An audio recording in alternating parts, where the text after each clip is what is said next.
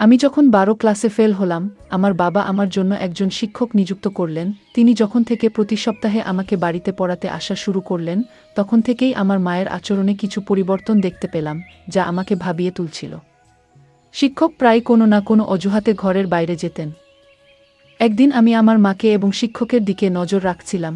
আমার স্যার আমার মায়ের ঘরে ছিলেন, তারা অনেক হাসাহাসি করে কথা বলছিলেন। তারপর যা দেখলাম তাতে অবাক হয়ে গেলাম। একদিন যখন মা কাজের জন্য বাইরে গিয়েছিলেন, আমি বাড়িতে তখন একা ছিলাম। আমি টিউশনের জন্য প্রস্তুতি নিচ্ছিলাম। আমি একটি ছোট ফ্রক পরেছিলাম, সেই পোশাকে আমাকে অনেক সুন্দর লাগছিল। আমি আমার স্যারকে মনে মনে ভালোবাসতাম।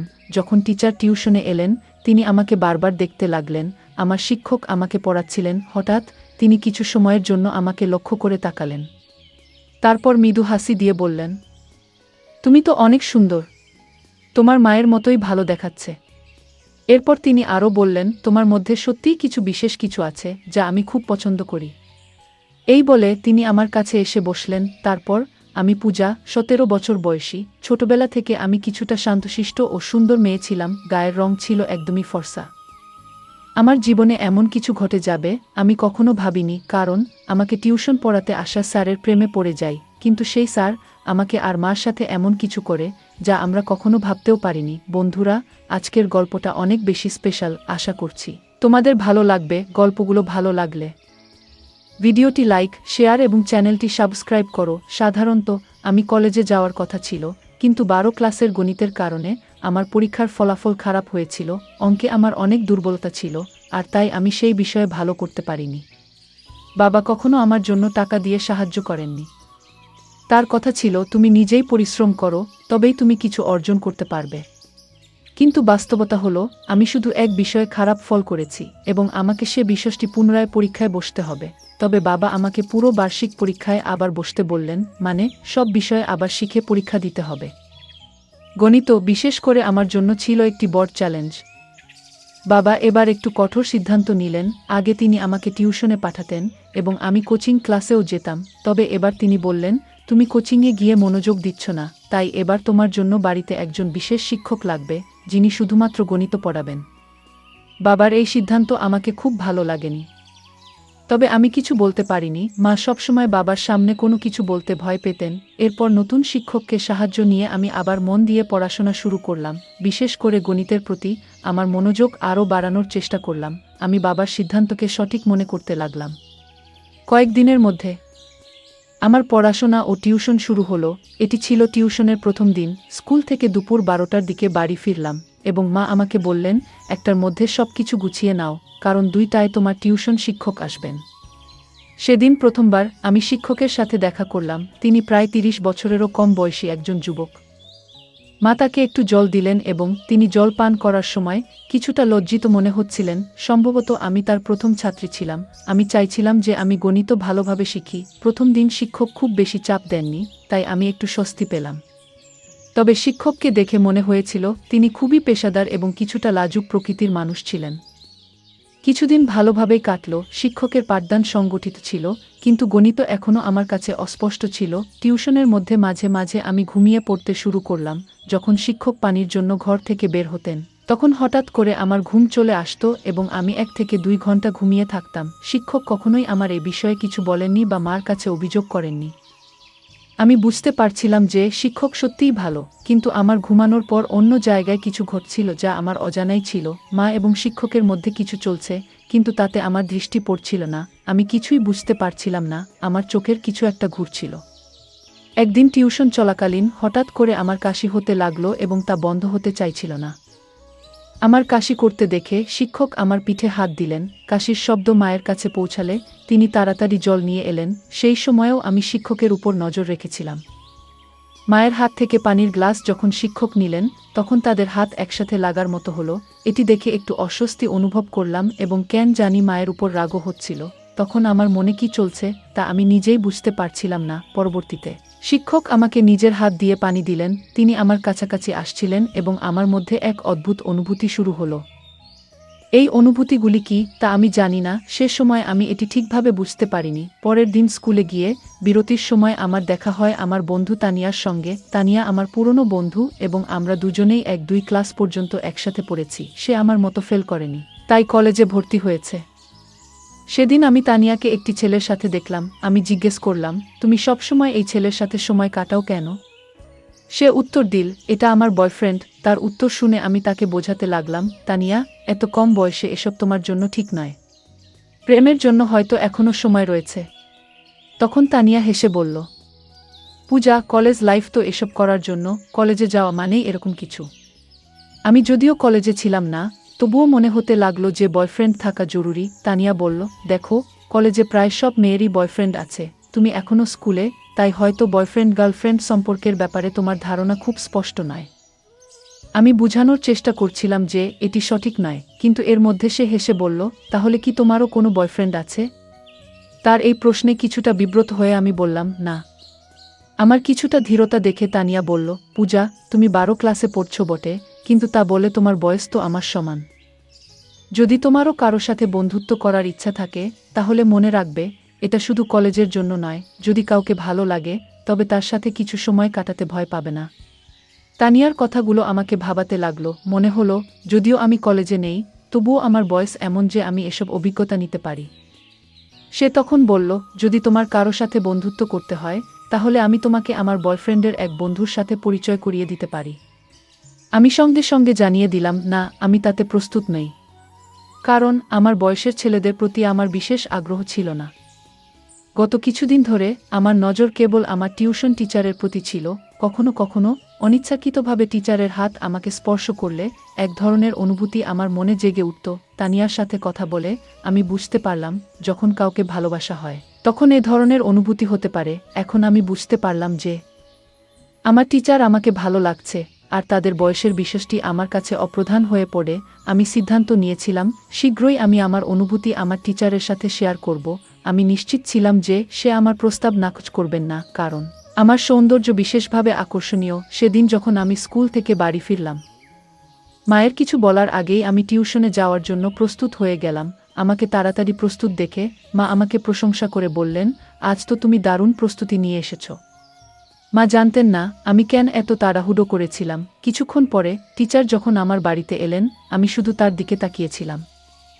যখন স্যার আমাকে পড়াচ্ছিলেন, তখন আমার মন পড়ার দিকে ছিল না, বরং আমি তার দিকে মনোযোগী ছিলাম। হঠাৎ তার দৃষ্টি আমার দিকে পড়লে আমি তৎক্ষণাৎ অন্যদিকে তাকিয়ে গেলাম। টিচার বললেন, আমি একটু পানি পান করতে যাচ্ছি, তুমি এই প্রশ্নটা সমাধান করো।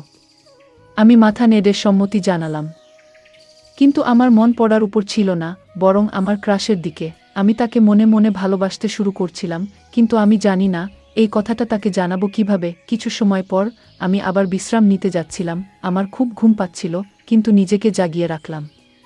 অনেক সময় পার হয়ে গেল এবং টিচার ফিরে আসলেন না। তাকে ডাকতে বাইরে গেলে দেখলাম সে হলরুমে মায়ের সাথে বসে আছেন। আমার টিচার মায়ের কাঁধে হাত রেখে গল্প করছিলেন, যা আমার কাছে একটু অদ্ভুত লাগলো। আমাকে দেখেই সে মায়ের থেকে কিছুটা দূরে সরে গিয়ে বললেন, আমার একটু অলস লাগছে, তাই আমি তোমার মাকে বলেছিলাম আমার জন্য চা বানাতে। আমি মাথা নেড়ে কিছু বললাম না। মা বললেন, ঠিক আছে, আমি চা বানিয়ে নিয়ে আসছি। এই সময়ে তুমি পূজার টিউশন চালিয়ে যাও, আমি চা তোমার ঘরে নিয়ে আসব। টিচার আমার সাথে ফিরে ঘরে এলে আমি তার পাশে বসে কিছু গণিতের প্রশ্ন জিজ্ঞেস করতে লাগলাম।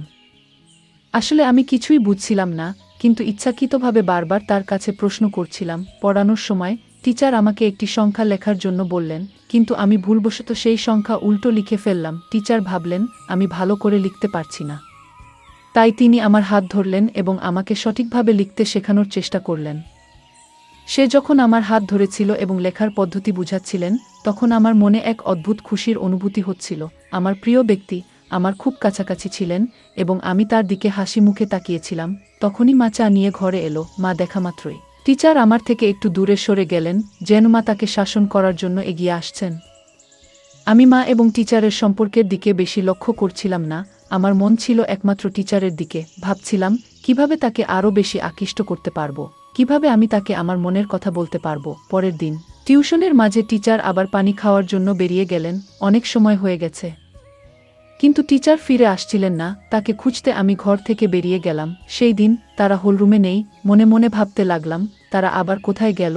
আমি মায়ের ঘর থেকে কথাবার্তার শব্দ শুনতে পেলাম। আমি ধীরে ধীরে মায়ের ঘরের কাছে গেলাম এবং দেখলাম দরজা একটু খোলা। দেখলাম টিচার মায়ের সঙ্গে সেখানে বসে আছেন এবং তারা একে অপরের খুব কাছে। টিচারের একটি হাত মার কাঁধে ছিল। এই দৃশ্য দেখে আমি অত্যন্ত হতবাক হলাম, কারণ আমি দেখলাম আমার মা আমার পছন্দের ব্যক্তির সাথে সময় কাটাচ্ছেন। সেই মুহূর্তে আমার মন ভরে গেল রাগে।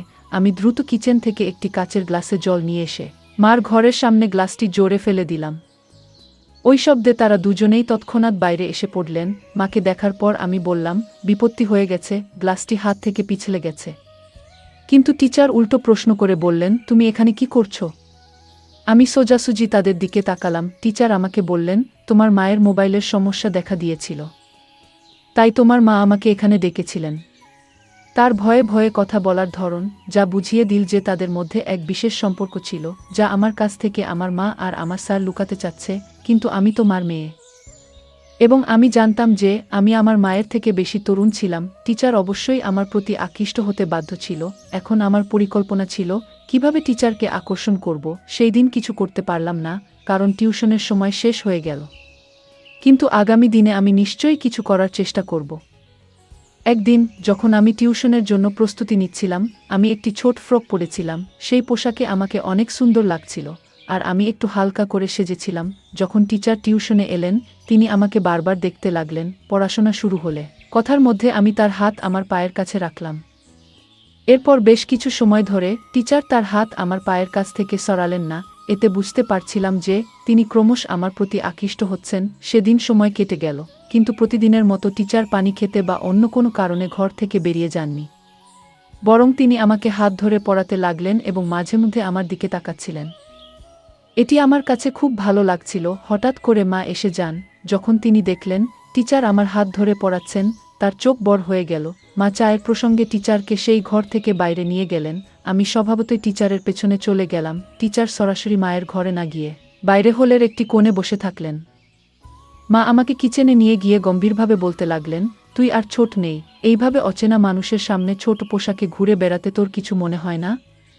তিনি বললেন, এটি আমার প্রথম এবং শেষ সতর্কতা। মার গম্ভীর মুখের দিকে তাকিয়ে আমার মনে হলো তিনি সত্যিই চিন্তিত। আমি চেষ্টা করছিলাম যে তিনি সতী সাবিত্রী যেভাবে থাকেন, কিন্তু তার বিয়ে হয়ে গেলেও তিনি একজন যুবকের সাথে সময় কাটাচ্ছেন। আমি তখন এমন পোশাক পরেছিলাম যা মায়ের কাছে অশালীন লেগেছিল। যখন আমি কিছু বলতে যাচ্ছিলাম, ঠিক তখনই বাইরে থেকে বাবা ডাকলেন। সেদিন বাবা আগে বাড়ি এসেছিলেন। বাবার ডাক শোনার পর মা এক গ্লাস জল নিয়ে বাইরে চলে গেলেন। সেদিন রাতের ঘটনাগুলি আর কেউ জানত না। ঘুমানোর আগে আমি মায়ের কাছে ক্ষমা চাইলাম এবং বললাম, মা, আমি ভবিষ্যতে স্যারের সামনে এমন কিছু করব না। পরের দিন টিউশনের সময় আসার আগে মা বাজারে যাওয়ার জন্য বেরিয়ে গেলেন। আমি রাতের ক্ষমা চাওয়ার মাধ্যমে মায়ের বিশ্বাস অর্জন করতে চেয়েছিলাম যে আমি আর স্যারের সামনে এমন আচরণ করব না। সাধারণত রবিবারে বাজার হয় এবং মা সবসময় বাজারে যেতেন। আমি ভাবলাম, যদি মা আমার এবং স্যারের মধ্যে কিছু সন্দেহ করেন, তবে তিনি বাজারে যাবেন না। তাই আমি আগে থেকেই তাকে সঠিকভাবে বোঝানোর চেষ্টা করলাম, যাতে তার মনে এর সন্দেহ দূর হয় এবং যেন বাজারে চলে যান। মা বাজারে চলে যাওয়ার পর আমি এবং স্যার বাড়িতে একা ছিলাম। তখন অচিরেই টিচার আমার হাত ধরে আমাকে গণিত পড়াতে শুরু করলেন। তিনি বললেন, আমি জানি তুমি ইচ্ছা করে গণিতে ভুল লিখছিলে, যাতে আমি তোমার হাত ধরতে পারি। তার কথা শুনে আমি হাসতে লাগলাম। তারপর তিনি বললেন, পূজা, তুমি খুব সুন্দর। কি তোমার ধারণা আমি তোমার দিকে নজর দিইনি? তিনি বললেন, আমি তোমাকে একটা কথা বলতে চাই। তুমি তোমার বয়সের তুলনায় অনেক বেশি সুন্দর। এটি সেই সময় যখন প্রেমের কথা বলার জন্য প্রস্তুত হওয়া উচিত। তবে তুমি কেন নিজেকে আটকে রেখেছ? স্যারের কথাগুলো শুনে আমি হাসি চাপতে পারলাম না, কারণ যেটা আমি চাইছিলাম সেটাই তার মুখ থেকে বেরিয়ে এলো। স্যার বললেন, আমি তোমার প্রতি ভালোবাসা অনুভব করি। তিনি আমাকে আলতো করে হাত ধরলেন। আমি জিজ্ঞেস করলাম, স্যার, কি সত্যিই আপনি আমার প্রতি প্রেম অনুভব করেন? আমিও আপনাকে ভালোবাসি। কিন্তু একটা প্রশ্ন আছে, আপনি কেন প্রতিদিন কোনো না কোনো বাহানা তৈরি করে মায়ের ঘরে যান? আপনাদের মধ্যে কি কোনো সম্পর্ক আছে? আমার প্রশ্ন শুনে স্যার হাসলেন এবং বললেন, পূজা, তুমি কি মনে করো আমি তোমার মার প্রতি আকৃষ্ট? একদম নয়। আমি তো প্রথম থেকেই তোমার প্রতি নজর রেখেছিলাম। আমি দেখতে পেয়েছিলাম যে তুমি আমাকে ভালোবাসো কিনা। কিন্তু তোমার মায়ের কারণে আমি আমাদের সম্পর্কটি গোপন রাখতে চেয়েছিলাম যাতে তিনি সন্দেহ না করেন। আমি ভয় পেয়েছিলাম যে যদি আমি তোমার সামনে আমার অনুভূতি প্রকাশ করি তাহলে তুমি বিপর্যস্ত হয়ে যাবে। এ কারণে কিছু বলিনি। পরে ধীরে ধীরে তিনি আমার কাছে আসতে শুরু করেন এবং আমাদের মধ্যে প্রেমের সম্পর্ক গড়ে উঠতে থাকে। হঠাৎ করে আমার ঘরের দরজা জোরে খুলে যায় এবং সেখানে মা চলে আসেন। তাকে দেখে আমি একটু অবাক হলাম, কিন্তু একই সঙ্গে জানতাম যে আমি কোনো ভুল করছি না, আমি শুধু একজন বন্ধুর সাথে সময় কাটাচ্ছি। মা আমার কাছাকাছি এসে স্যারকে দূরে সরিয়ে দিলেন এবং বললেন, ভালো হয়েছে আমি যদি মোবাইলের দিকে নজর না দিতাম তাহলে হয়তো তোমার এবং এই মানুষের সত্য আমার সামনে এসে যেত না। ব্যাগে মোবাইল না থাকার কারণে আমাকে আবার বাড়িতে ফিরতে হলো। প্রিয়া, এত কম বয়সে তোমার, আমি জানি আমি গতকালই তোমাকে সতর্ক করেছিলাম, কিন্তু আজকে তুমি আবার সেই অবস্থায় পৌঁছে গেছো। স্যার মার সামনে আমাকে ভুল প্রমাণিত করার চেষ্টা করছেন। স্যার মাকে বললেন, বেশ কিছুদিন ধরে তোমার মেয়ে বেশ কিছু অদ্ভুত কাজ করছে। আজকে সে নিজেই আমার সঙ্গে এই বিষয়গুলো নিয়ে আলোচনা করতে এসেছে। মাকে বলতে দেখার পর আমি বাধা দিলাম এবং বললাম, মা, এই লোকটির কথায় বিশ্বাস করো না। আমি তোমার শপিং ব্যাগ থেকে তোমার মোবাইল বের করেছিলাম যাতে তুমি অর্ধেক পথে ফিরে এসে সত্যটা জানতে পারো। এটি আমি ইচ্ছাকৃতভাবে করেছি যাতে তুমি বুঝতে পারো এই ব্যক্তির আসল চেহারা কী। আমি বললাম, এই টিউশন শিক্ষক আমাদের বাড়ির 2 মহিলার সঙ্গে এক ধরনের অসৎ ব্যবহার করছে। তুমি তার প্রেমে পড়তে পারো, কিন্তু আমি না। আমি কয়েকবার তোমাদের দুজনকে একসঙ্গে দেখেছি, তাই আমি এইসব ঘটনাকে সাজিয়েছি যাতে তোমার কাছে এই লোকটির সত্যি মুখোশ খুলে দিতে পারি।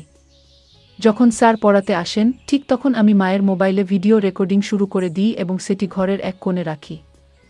যে কোনো কিছু তিনি মায়ের সম্পর্কে বলতেন সবকিছু সেই মোবাইলে রেকর্ড হয়ে গিয়েছিল। যখন মা সেই ভিডিওটি দেখলেন তিনি বুঝতে পারলেন যে স্যার তাদের সঙ্গে প্রতারণা করছেন। মা সেই নালায়েককে পুলিশে দেওয়ার হুমকি দিলে তিনি সেখান থেকে পালিয়ে গেলেন।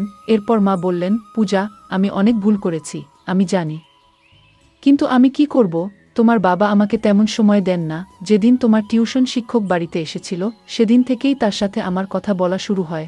তখন আমি মনে করেছিলাম সে আমার মন বুঝতে শুরু করেছে। তার মিষ্টি কথায় আমি এমনভাবে আবদ্ধ হয়ে পড়েছিলাম যে তার স্বার্থপর প্রেমকে আমি সত্যিকারের মনে করতে শুরু করেছিলাম। আমি তো এতটাই তার প্রেমে মজেছিলাম যে তোমার কথা পর্যন্ত ভুলে গিয়েছিলাম। মা আরও বললেন, আমি সেই নালায়েকের সাথে বিয়ে করার কথা ভাবছিলাম, কিন্তু জানতাম না যে তার তোমার প্রতি এমনই ভিন্ন দৃষ্টি রয়েছে। সে আমার সাথে প্রেমের নাটক করে, কিন্তু তোমার সাথেও সময় কাটানোর চেষ্টা করছিল, এটি আমি বুঝতে পারিনি।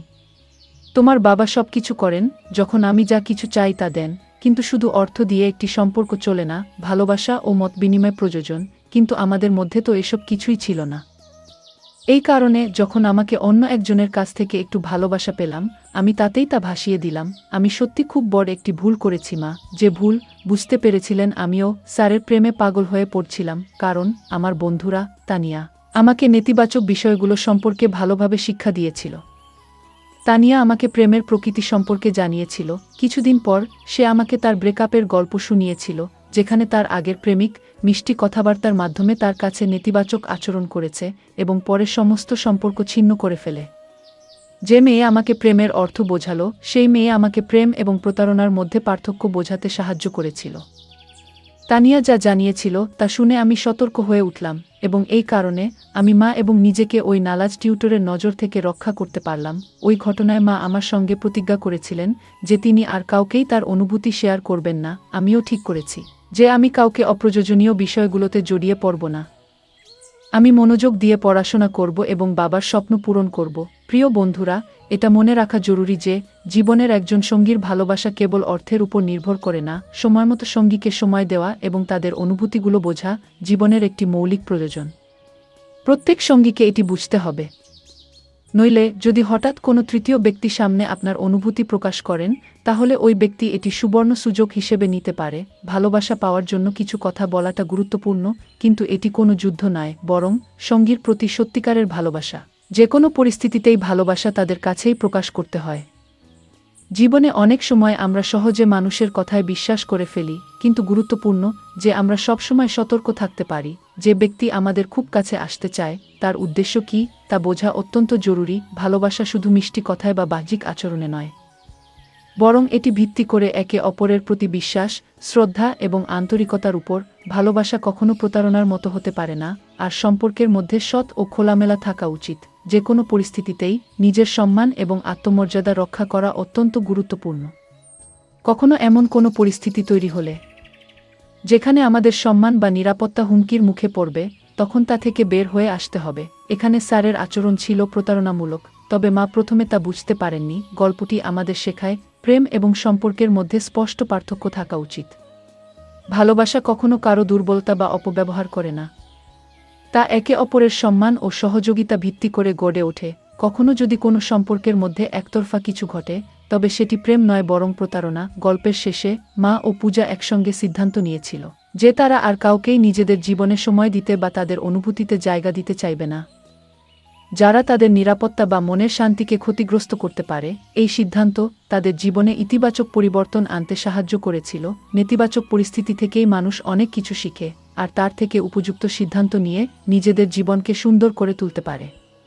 বন্ধুরা, যদি এই গল্পটি ভালো লেগে থাকে তাহলে দয়া করে ভিডিওটি লাইক করুন এবং আমাদের চ্যানেলটি সাবস্ক্রাইব করুন। পাশে থাকা বেল আইকনটি প্রেস করুন, যাতে করে আমরা যখনই নতুন ভিডিও আপলোড করি তার নোটিফিকেশন সবার আগে আপনার কাছে পৌঁছে যায়। ধন্যবাদ। দেখা হবে আমাদের পরবর্তী ভিডিওতে।